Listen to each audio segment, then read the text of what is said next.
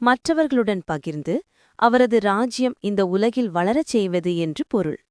Missionaries என்றால் ஆண்டவரின் அழைப்பை ஏற்று தூர இடங்களில் சேவை செய்யவும் போதிக்கவும் நம்பிக்கை அளிக்கவும் செல்லும் மக்கள். ஆனால் உண்மையில் ஒவ்வொருவரும் தங்கள் அன்றாட வாழ்க்கையிலேயே ஒரு பணிக்காக அழைக்கப்பட்டவர்களே. ஒவ்வொரு அன்பான செயலும் ஊக்கமளிக்கும் வார்த்தையும் பிறருக்காக செய்யும் ஜெபமும் இவையெல்லாம் ஆண்டவரின் செயலில் பங்கேற்கும் வழிகள்.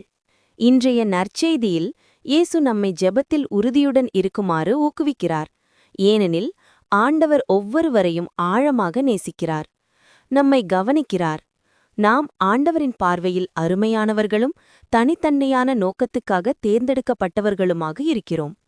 அவர் நம்மை தமது அன்பின் கருவிகளாக அழைக்கிறார். இந்த பணித்தனம் ஞாயிற்றுக்கிழமை அன்று நாம் நினைவு கூறப்படுகிறோம்.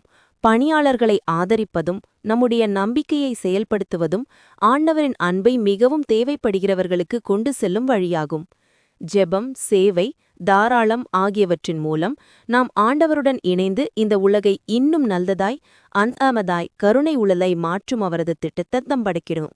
செயல்: இன்று ஒரு ஜெபம் செய்யுங்கள்.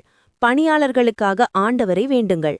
மேலும் இன்று நீங்கள் ஆண்டவரின் அன்பை ஒருவரிடத்தில் எவ்வாறு பகிர முடியும் என்று ஒரு வழியை யோசியுங்கள்.